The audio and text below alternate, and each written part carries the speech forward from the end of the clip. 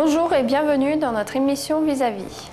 Si quelqu'un est en Christ, il est une nouvelle créature. Dieu ne peut pas nous utiliser avec notre vieille nature, mais il désire transformer notre cœur. Thierry Cobb va nous expliquer comment devenir une nouvelle créature. Si quelqu'un est en Christ, il est une nouvelle créature. Les choses anciennes sont passées, voici toutes choses sont devenues nouvelles. Ça, c'est un texte qui a vraiment changé ma vie. J'ai été proxénète, j'étais trafiquant de drogue, puis à ma conversion, j'ai vraiment eu une rencontre avec Jésus-Christ, une rencontre avec le Saint-Esprit, une rencontre avec Dieu qui m'a convaincu de péché, de justice et de jugement. Et quand on rencontre Dieu, quand on a une rencontre avec Dieu, il y a deux solutions. Ou on rejette Dieu, ou on se soumet à Dieu. Et moi, j'avais choisi de me soumettre à Dieu. Pourquoi ? Je ne connaissais pas Dieu, mais Dieu m'avait montré son amour qu'il avait pour moi. J'avais vraiment eu une révélation de ce que Jésus-Christ a fait pour moi. Il est mort pour moi à la croix de Golgotha. J'avais compris que si j'étais la seule personne sur la terre, Jésus-Christ serait venu pour moi, pour me sauver. Tellement son amour est grand. Il a vraiment payé un prix pour moi. Et là, comme dit, j'avais un passé où j'étais en prison, dans le milieu, dans le banditisme. Et au début de ma conversion, bien sûr, j'avais des combats. Et le combat se situe au niveau de mes pensées. Nous avons, si Dieu existe, le diable aussi existe, l'ennemi existe. Et l'ennemi, il travaille comment ? Il travaille au niveau de nos pensées. Puis à ma conversion, dans mes pensées, des pensées suivantes venaient. Mais tu crois que Dieu peut te pardonner aussi facilement ? Tu vois tout ce que tu as fait ? Tu crois que c'est aussi facile que ça ? Tu demandes pardon à Dieu, tu confesses Jésus-Christ et tu es pardonné ? Et dès le début de ma conversion, j'avais pris une bonne habitude. C'est d'avoir une relation avec Dieu, c'est-à-dire communiquer avec Dieu. Parce que le désir de Dieu, c'est qu'on ait une relation avec lui et pas une religion. Et j'ai dit, Seigneur, parle-moi.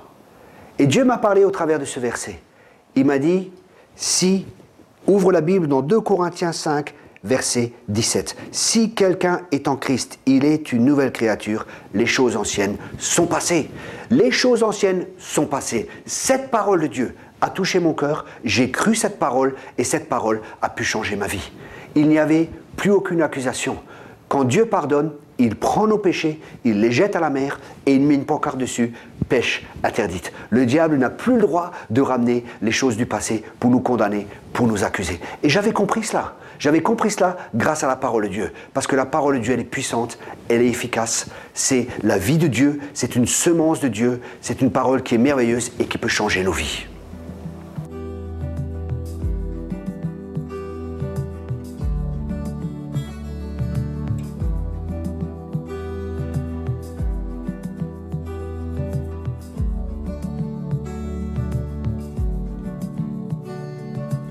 Si quelqu'un est en Christ, ça c'est la condition. La condition, c'est pas qu'on soit riche. La condition, c'est pas qu'on soit pauvre. La condition, c'est pas qu'on vienne d'une bonne famille. La condition, c'est pas qu'on ait une tradition religieuse. La condition, c'est pas qu'on aille dans une église depuis qu'on est enfant. Parce que tu peux aller à l'église autant que tu veux. C'est pas ça qui fera de vous un chrétien. Vous pouvez aller aussi longtemps que vous voulez au McDonald's, c'est pas ça qui fera de vous un hamburger. Être chrétien, ça veut dire rencontrer Jésus-Christ personnellement et que notre cœur est transformé. Parce que Dieu désire transformer notre cœur. Il désire nous donner, retirer le cœur de pierre que nous avions et nous mettre un cœur de chair. Et il désire mettre son esprit en nous. Le désir de Dieu, c'est de nous transformer. Parce que Dieu, avec notre vieille nature, il ne peut pas nous utiliser. C'est pour ça que Dieu fait toutes choses nouvelles. Si quelqu'un est en Christ, il est une nouvelle créature. Et ça, c'est le désir de Dieu, c'est de faire de vous, comme il a fait de moi, une nouvelle créature. Et il est important pour nous, si nous sommes déjà chrétiens, de comprendre cela, que nous sommes une nouvelle créature, de ne plus vivre par notre passé, de ne plus regarder en arrière. Parce que comme dit Romains 8, verset 1, il n'y a aucune condamnation pour ceux qui sont en Jésus-Christ. Alors, ne vous laissez pas accuser.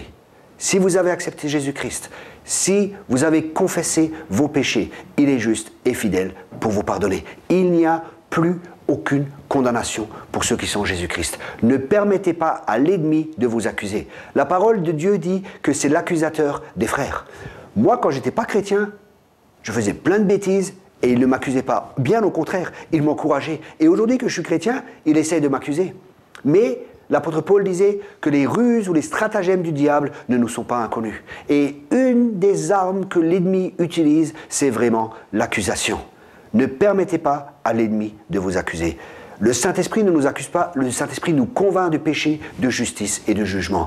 Et justement, si le Saint-Esprit vous convainc dans un domaine, alors repentez-vous. La repentance, c'est quoi? La repentance, c'est pas demander pardon à Dieu et puis on recommence. La repentance, c'est se détourner. C'est reconnaître qu'on a pris une mauvaise direction, on change de direction et on vit selon les voies de Dieu. C'est reconnaître qu'on ne marchait pas selon les voies de Dieu et que l'on se détourne et on commence à marcher selon les voies de Dieu. Si quelqu'un est en Christ, il est une nouvelle créature. Mon ami, il n'est plus nécessaire que nous vivions selon les principes de ce monde. Dieu a des autres principes dans sa parole. Comme nous sommes une nouvelle créature et que nous vivons dans un nouveau royaume, nous sommes appelés à vivre par la foi. Parce que mon juste vivra par la foi.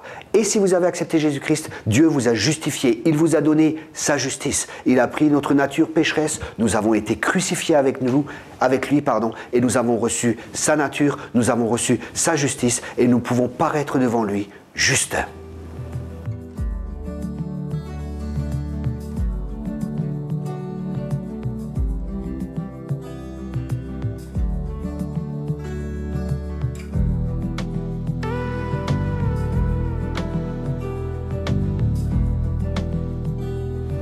Si quelqu'un est en Christ, il est une nouvelle créature. Et ça, c'est la bonne nouvelle. Dieu n'est pas dans le, excusez-moi du terme, dans le business du rafistolage. Dieu, il ne commence pas à nous rafistoler.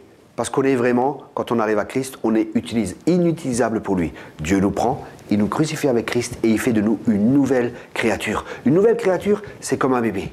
C'est pour ça, si vous êtes nouveau converti, si vous venez juste de rencontrer le Seigneur, je vous recommande vraiment de trouver une église. Une église où vous êtes entouré. Une église où il y a des pères et des mères. Une église, c'est une famille aussi pour vous. Où vous allez être aimé, vous allez être nourri, vous allez recevoir la parole de Dieu, parce que l'homme ne vit pas seulement de la nourriture, l'homme ne vit pas de pain seulement, mais l'homme vit de toute parole qui sort de la bouche de Dieu.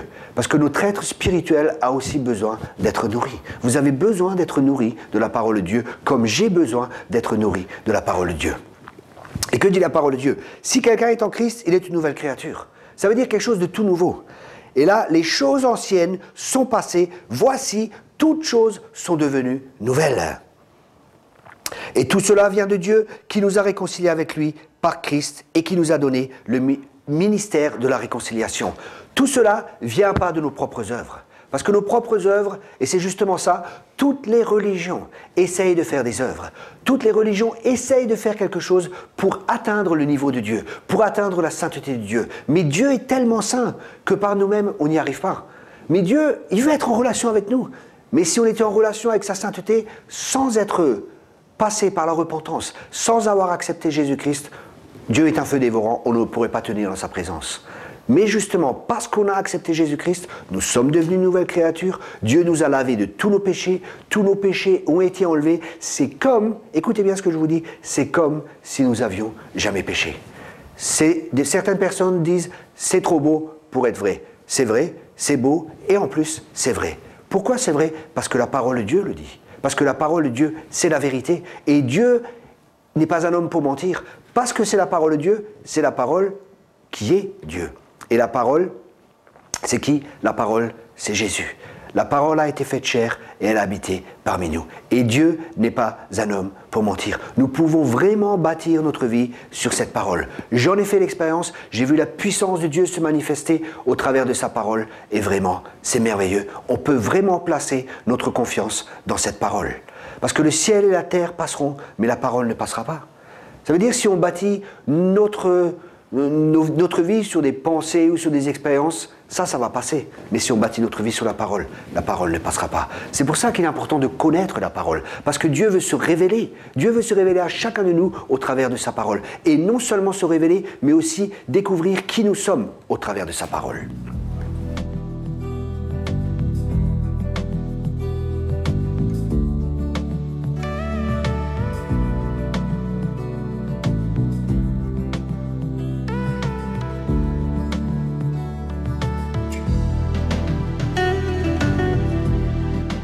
Et là, vous avez vu la puissance de Dieu, comment la puissance de la parole de Dieu a pu changer ma vie. Mais bien sûr, ça ne se fait pas sans combat. Et les combats se situent où? Les combats se situent au niveau de nos pensées. Parce que l'ennemi de notre âme, Satan et ses démons, ils vont toujours essayer de nous détourner de Dieu. Et pour nous détourner de Dieu, il n'y a qu'un seul moyen. Pour connaître Dieu, ça s'est passé comment?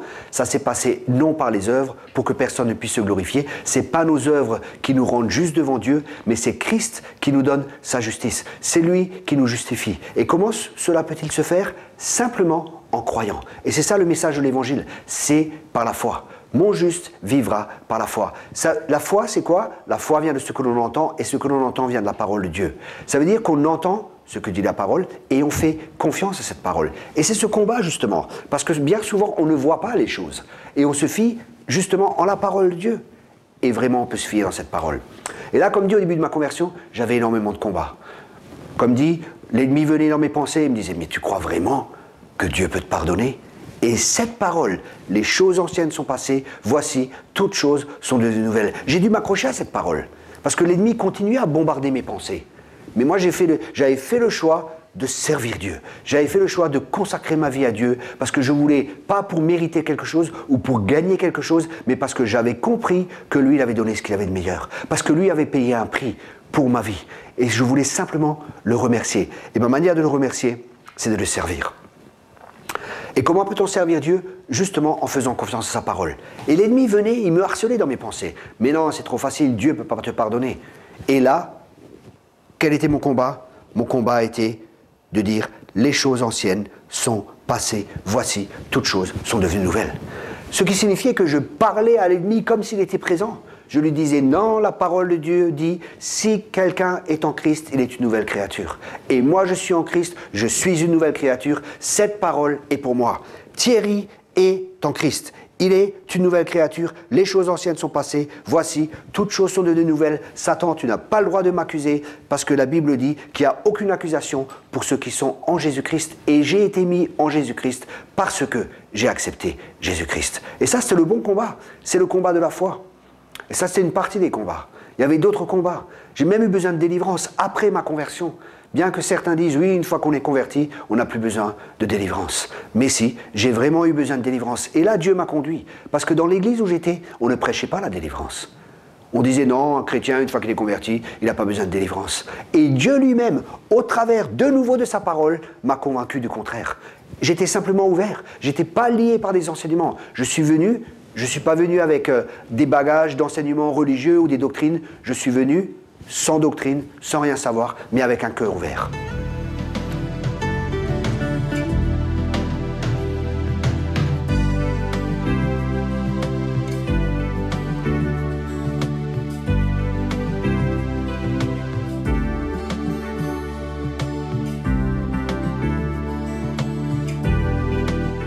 Si quelqu'un est en Christ, il est une nouvelle créature. Et cela se passe au niveau de notre esprit.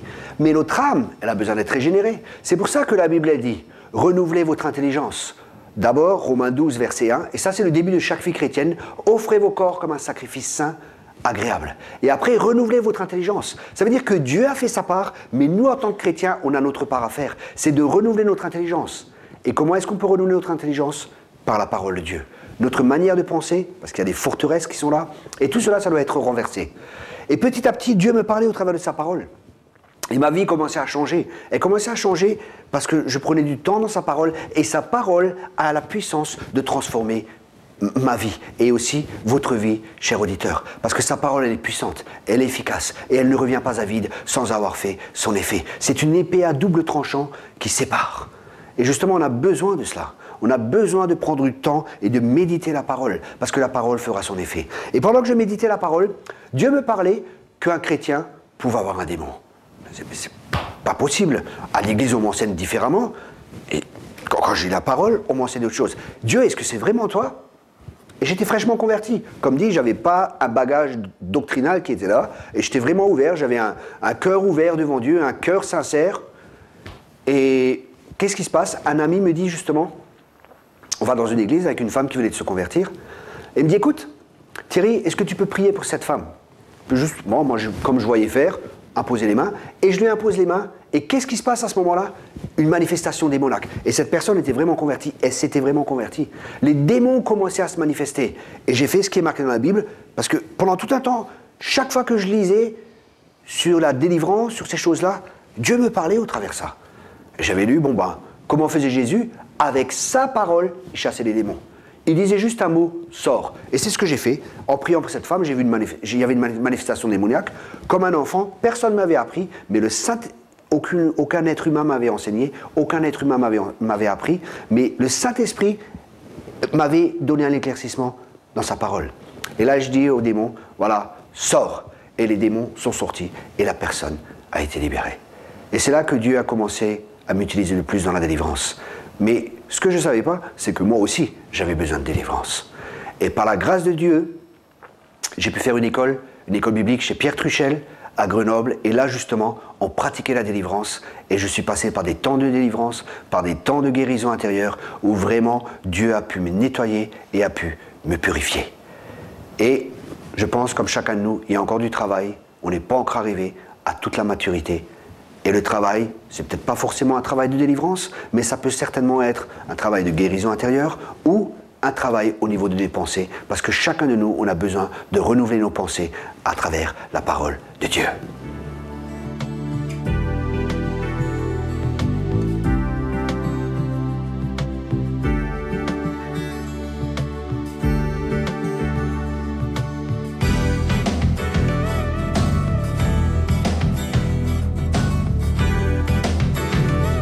Si quelqu'un est en Christ, il est une nouvelle créature. Et ça, c'est une parole merveilleuse. Mais comme dit, Dieu fait sa part, nous avons notre part à faire. C'est comme avec Lazare.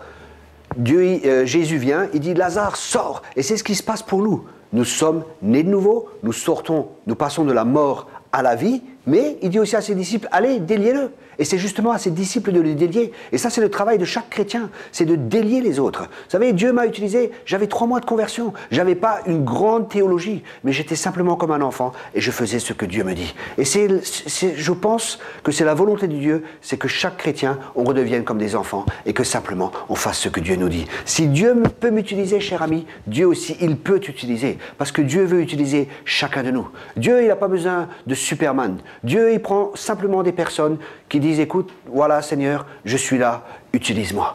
Et après, simplement, qui faisons confiance à sa parole et qui faisons ce que Dieu dit. Et Dieu, il a dit, voici les signes qui accompagneront ceux qui auront cru. Le premier signe, c'est de chasser les démons. Ils chasseront les démons, ils parleront de nouvelles langues. Et ça, c'est pour chaque chrétien. S'ils saisissent des serpents, ils ne leur feront aucun mal. S'ils boivent un breuvage mortel, il ne leur arrivera rien. Ils imposeront les mains aux malades et les malades seront guéris. Et ça, c'est le rôle de chaque chrétien. Ce n'est pas réservé au ministère, ce n'est pas réservé aux spécialistes, entre parenthèses. Dieu désire aussi vous utiliser, chers auditeurs. Et ce n'est pas important le nombre d'années de conversion que vous avez. Ce qui est important, c'est votre relation avec Dieu. Parce que Dieu, avant toute chose, il vous a sauvé pour que vous ayez une relation de cœur à cœur avec lui. Puis on va continuer dans ce texte, et là il dit « Et tout cela vient de Dieu qui nous a réconciliés avec lui par Christ et qui nous a donné le ministère de la réconciliation. » Ça ne vient pas de nous, ça vient de Christ. C'est lui qui a tout accompli à la croix pour nous. Et là, il nous a réconciliés avec lui, ça veut dire que nous avons la paix avec Dieu, nous paraissons devant Dieu comme si nous n'avions jamais péché, nous sommes pour Dieu comme Jésus était. Comme il est, nous sommes, c'est-à-dire sans péché, une nouvelle créature. Et là, il dit, et nous a donné le ministère de la réconciliation. Et ça, c'est, beaucoup de gens, des chrétiens, ils cherchent un ministère. Aujourd'hui, vous recevez votre ministère, c'est un ministère de la réconciliation. C'est de réconcilier les gens avec Dieu. Vous savez, il n'y a pas de plus grande joie que de pouvoir annoncer Christ à une personne et de voir le miracle de Dieu. C'est le plus grand miracle. Une personne accepter Jésus-Christ. Il y a énormément de joie. C'est une des plus grandes joies, c'est même, je crois, la plus grande joie que je connais, c'est de pouvoir amener une âme à Jésus-Christ. Et les cieux se réjouissent pour cela. Dieu veut vous utiliser. Ne dites pas que vous n'êtes pas capable, parce que Dieu vous rend capable. Arrêtez de proclamer des paroles négatives sur votre vie. Commencez à proclamer la parole de Dieu sur votre vie. Je puis tout par celui qui me fortifie. Dieu, s'il vous demande quelque chose, il vous équipe et il vous rend capable. Vous êtes capable de gagner des âmes. Vous avez un ministère de réconciliation. Vous pouvez chasser les démons. Vous pouvez parler en de nouvelles langues.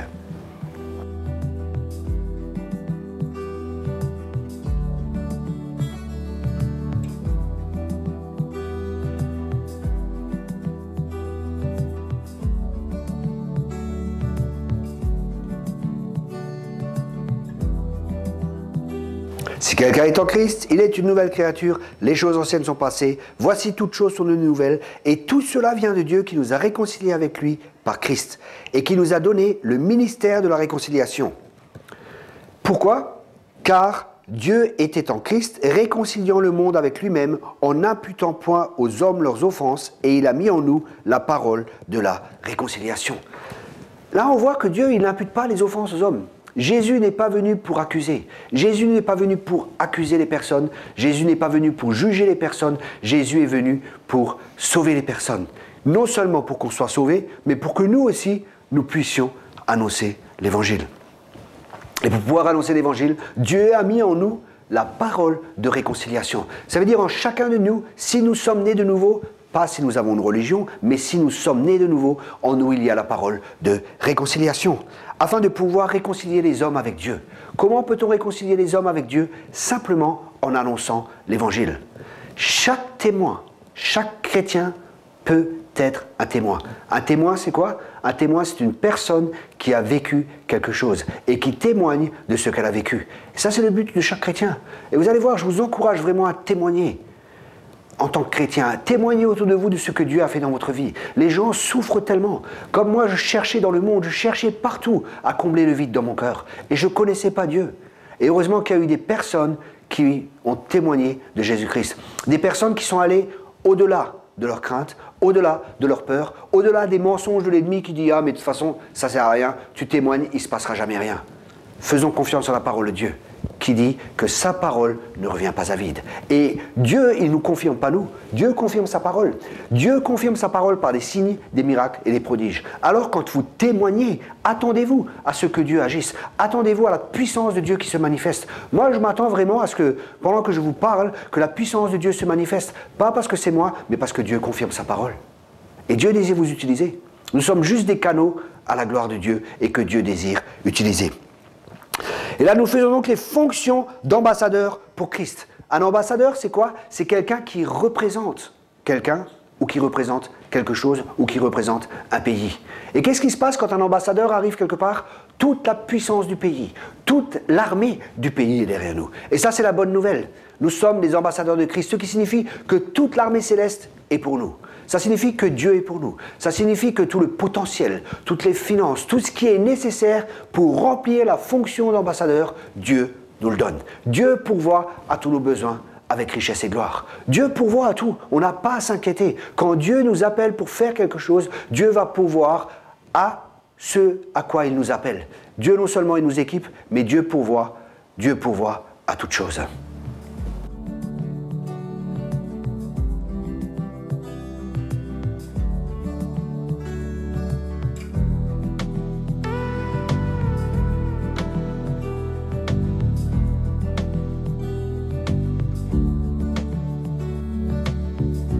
L'apôtre Paul nous dit « Nous faisons donc les fonctions d'ambassadeurs pour Christ comme si Dieu exhortait par nous. Nous vous en supplions au nom de Christ, soyez réconciliés avec Dieu. » Ça, c'est l'appel du Saint-Esprit. C'est le cœur de Dieu. C'est Jésus qui vous appelle à être réconcilié avec Dieu. Et comment peut-on être réconcilié avec Dieu? Là, la parole nous le dit. « Celui qui n'a point connu le péché, il l'a fait devenir péché pour nous, afin que nous devenions en lui justice de Dieu. » Qu'est-ce que ça signifie? Si j'ai des dettes, je ne peux pas prendre vos dettes. Je ne peux pas payer vos dettes. Et tout le monde a des dettes envers Dieu. Ce qui signifie que tout le monde est coupable envers Dieu. Donc il fallait que quelqu'un vienne qui ne soit pas coupable. Il fallait que quelqu'un vienne qui n'ait pas de péché. Il fallait que quelqu'un vienne qui soit innocent pour pouvoir payer notre dette. Et qui c'est qui pouvait venir? À part Dieu lui-même. Et Dieu s'est fait homme en Jésus-Christ. Jésus-Christ est venu, celui qui n'a pas connu le péché est devenu péché. Ça signifie que Christ a pris les péchés du monde entier sur lui, pour que nous puissions paraître devant Dieu sans péché. Et ça, c'est l'Évangile. L'Évangile, c'est la bonne nouvelle. L'Évangile, c'est de croire ce que Dieu a fait pour nous. Toutes les religions essaient d'atteindre le standard de Dieu par leur propre force. Mais Dieu, le seul moyen de l'atteindre, c'est par Jésus-Christ. Je suis le chemin, la vérité et la vie. Nul ne vient au Père que par moi. Le seul moyen pour arriver, c'est par Jésus-Christ. Alors, mon ami, si vous désirez aujourd'hui accepter Jésus-Christ, vous avez la possibilité. Comment? Simplement, en priant tout simplement. La parole de Dieu dit dans Romains 10, si tu crois dans ton cœur et si tu confesses de ta bouche que Jésus est Seigneur, tu seras sauvé. Alors maintenant, nous allons placer notre foi dans cette parole et simplement croire, répétez après moi, Seigneur Jésus, Je crois que tu es le Fils de Dieu. Je te demande pardon pour mes péchés. Viens dans mon cœur, sois mon sauveur. Amen.